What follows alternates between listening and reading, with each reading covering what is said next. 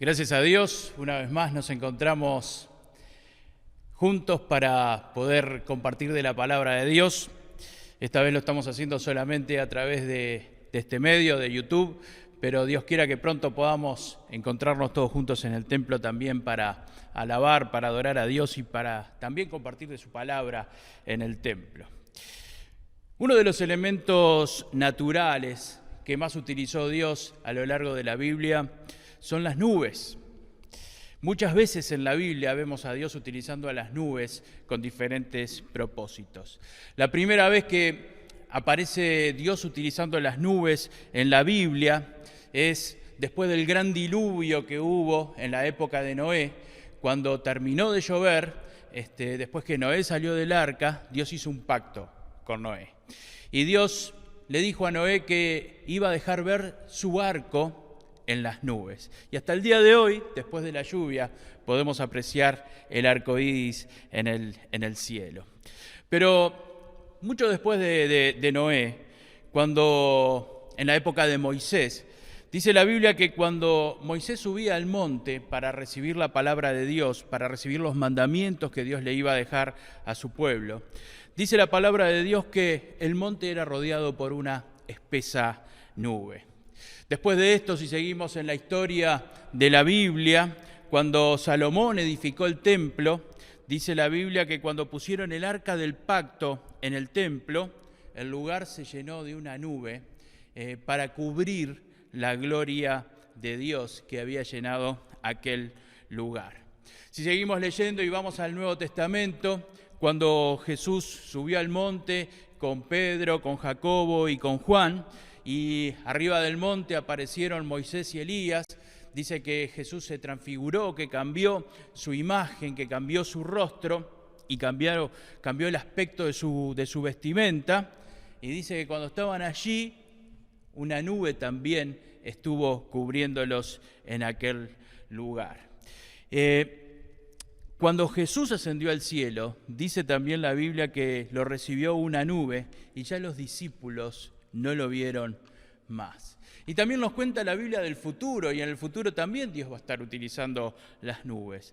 Dice la Biblia que cuando la iglesia sea arrebatada, cuando desaparezcan los cristianos de la tierra, dice que seremos arrebatados en las nubes para encontrarnos con el Señor.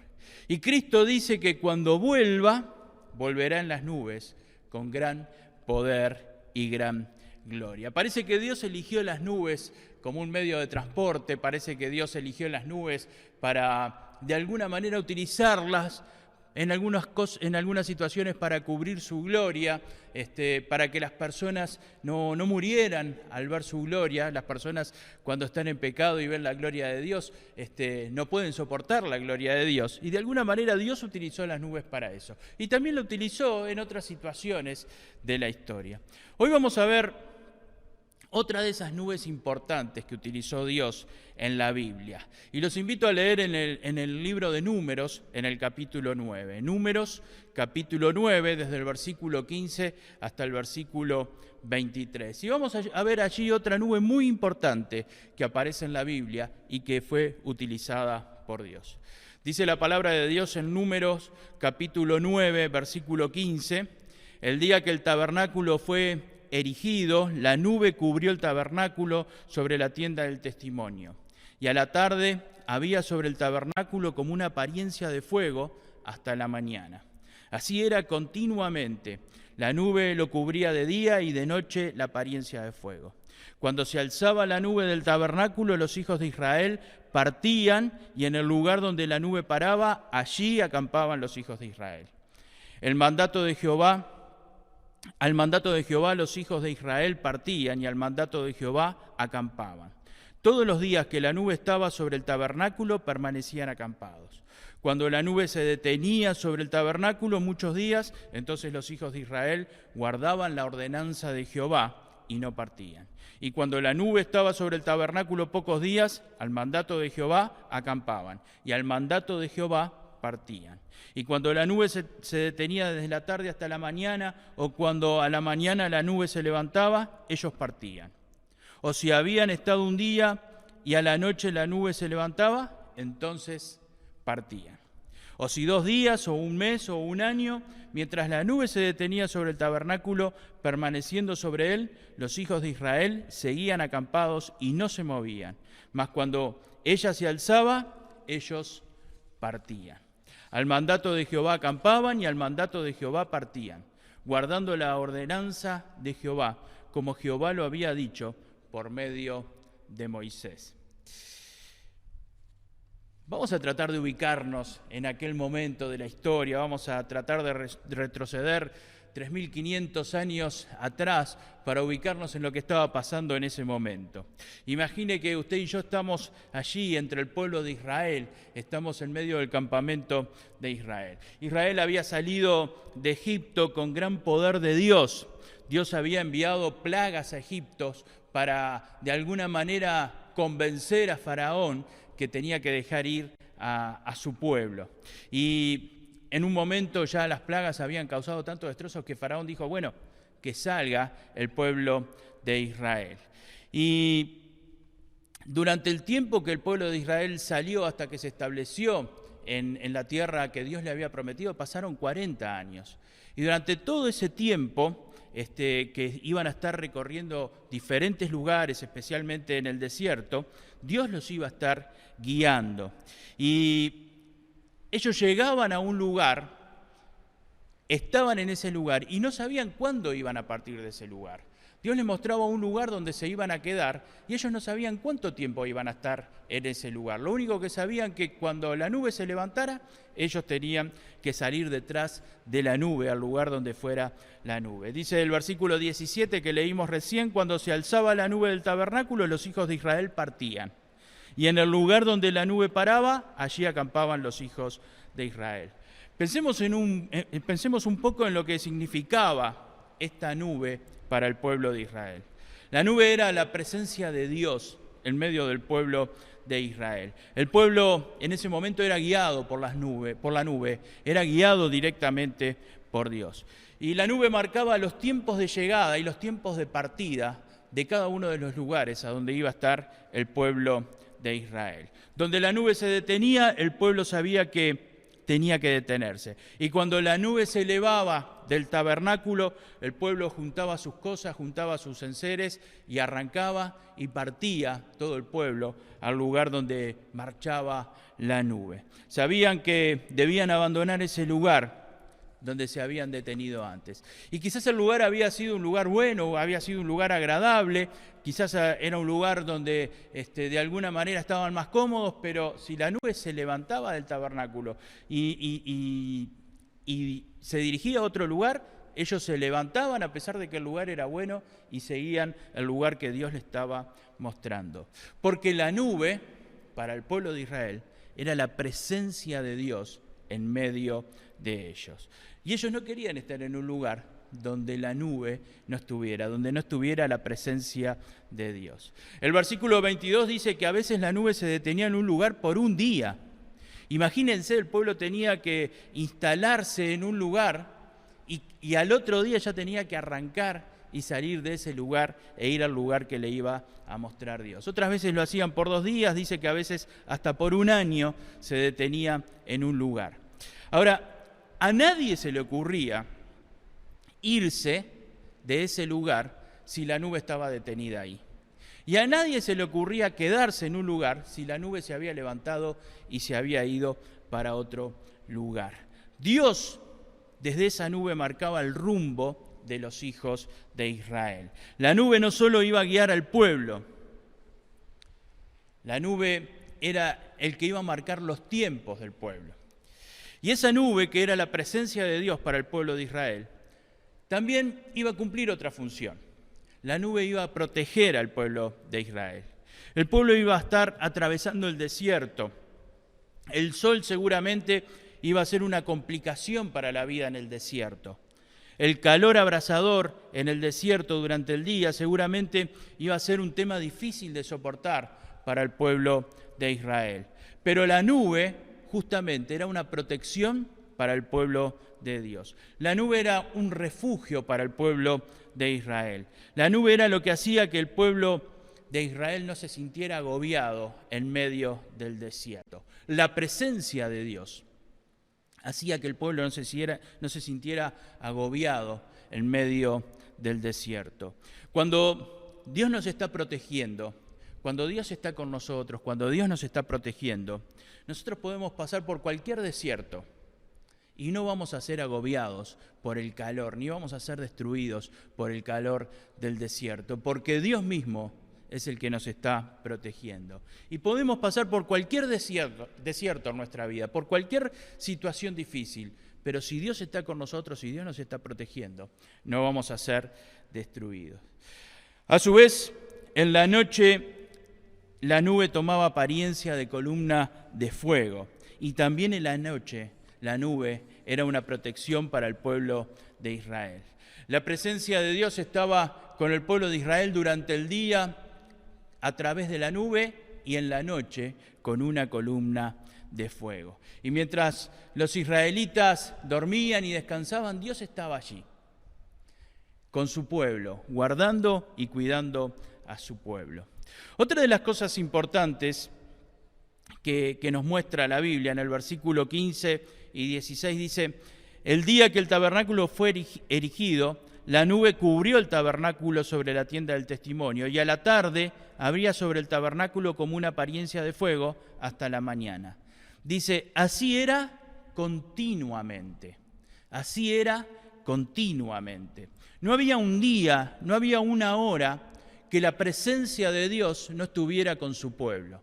No había un momento en el día que desapareciera la nube. Y no había un momento en la noche que desapareciera la columna de fuego. Constantemente el pueblo de Israel tenía la presencia de Dios, veía la presencia de Dios mientras Dios los estaba guiando. Durante el día siempre estaba la nube y durante la noche, aunque el pueblo de Israel estuviera durmiendo, estaba la columna de fuego. Y si uno quizás había pasado una mala noche y se despertaba a las 2, a las 3, a las 4 de la mañana y salía a tomar un poco de aire afuera de la carpa o afuera de la tienda, iba a estar la nube de fuego allí, porque Dios estaba en ese momento con su pueblo. Uno veía la nube y recordaba a Dios. Y en la noche uno veía la columna de fuego y sabía que Dios estaba ahí con su pueblo. Otra de las cosas interesantes es que esta nube también era un testimonio para los que no eran israelitas, para las demás naciones, era un testimonio de que Dios estaba con su pueblo Israel. Y las demás naciones sabían que se acercaba al pueblo de Dios porque estaba la nube y porque estaba la columna de fuego. Algunas veces Dios obró desde la nube a favor del pueblo de Israel. Cuando el pueblo de Israel salió de Egipto, en principio el faraón los dejó ir, pero después se arrepintió y mandó a su ejército atrás del pueblo de Dios. Y esa nube y esa columna de fuego también estuvo protegiendo al pueblo de Israel. En Éxodo 14, en el versículo 19 y en el versículo 20 dice: y el ángel de Dios que iba delante del campamento de Israel se apartó e iba en pos de ellos, y asimismo la columna de nube que iba delante de ellos se apartó y se puso a sus espaldas. E iba entre el campamento de los egipcios y el campamento de Israel. Y era nube y tiniebla para aquellos, y alumbraba a Israel de noche, y en toda aquella noche nunca se acercaron los unos a los otros.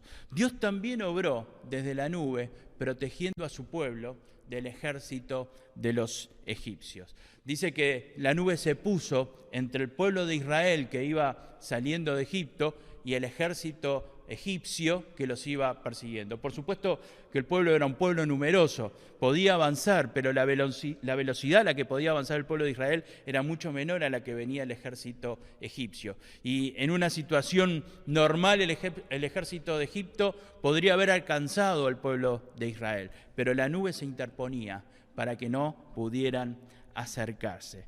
Para las demás naciones, la nube y la columna de fuego era un testimonio de la presencia del Dios verdadero, un testimonio de la presencia del Dios vivo, un testimonio de la presencia del Dios todopoderoso que estaba guiando al pueblo de Israel.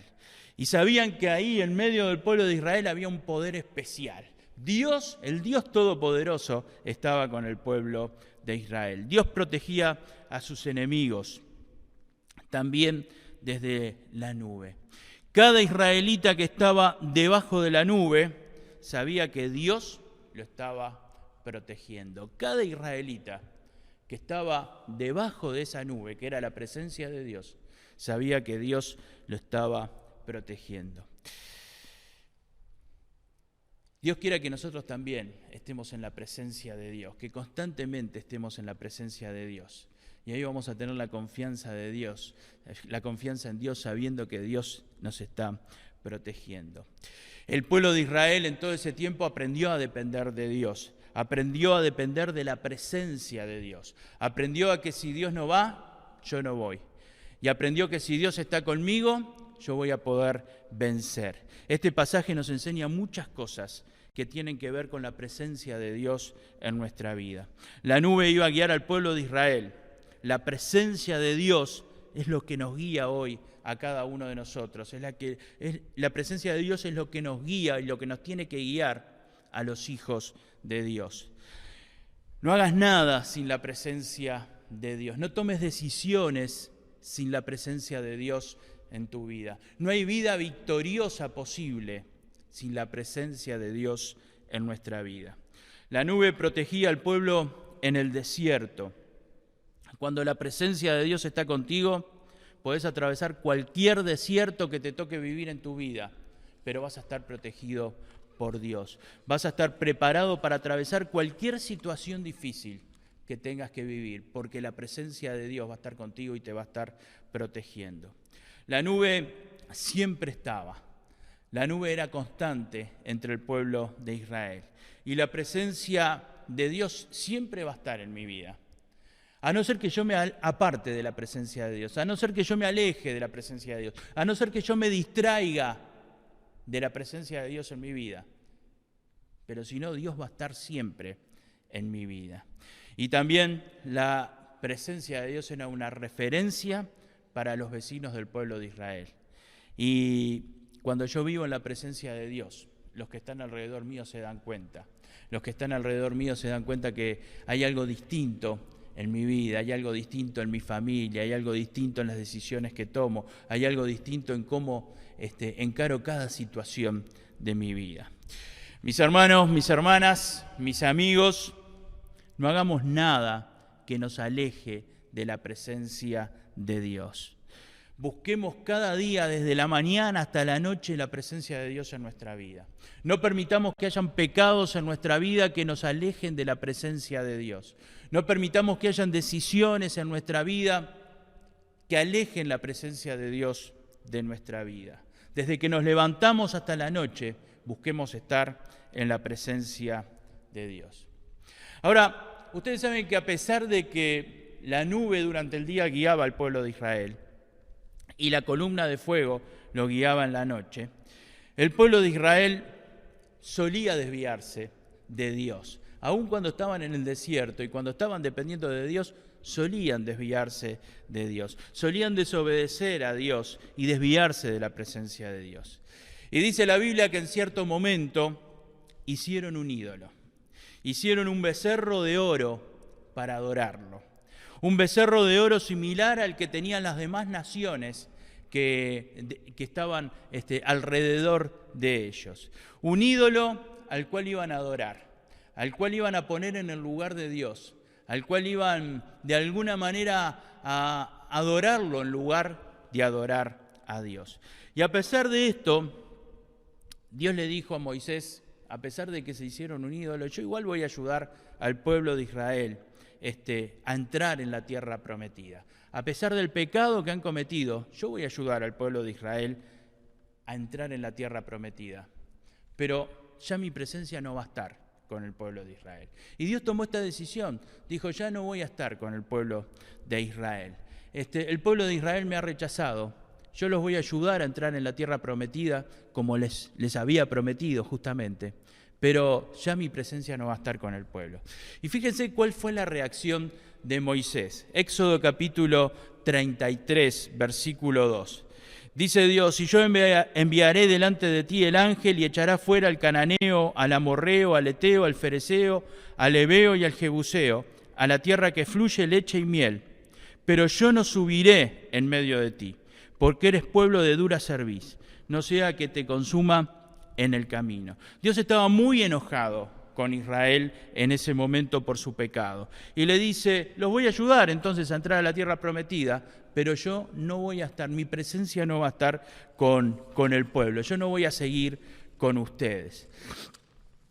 Van a conseguir lo que anhelen, van a tener el territorio que fluye leche y miel, van a tener ese territorio de abundancia, van a tener ese territorio que yo les voy a dar, pero mi presencia no va a estar en medio de ustedes. Hermanos, de nada sirve tener lo que anhelamos, de nada sirve alcanzar grandes metas en nuestra vida, de nada sirve los grandes logros si Dios no va a estar con nosotros. De nada sirve las cosas que podamos alcanzar en esta vida si Dios no va a estar con nosotros. Aunque sean aquellas cosas que más deseamos en nuestra vida. Si Dios no va a estar con nosotros, de nada sirve eso. Y fíjense lo que le responde Moisés a Dios. Éxodo capítulo 33, versículo 16. Y Moisés respondió, si tu presencia no va a ir conmigo, no nos saques de aquí. Señor, si vos no vas a ir conmigo, si no vas a ir con este pueblo, no nos saques de aquí. Déjanos acá. Hermanos, lo más importante en la vida de un hijo de Dios es la presencia de Dios.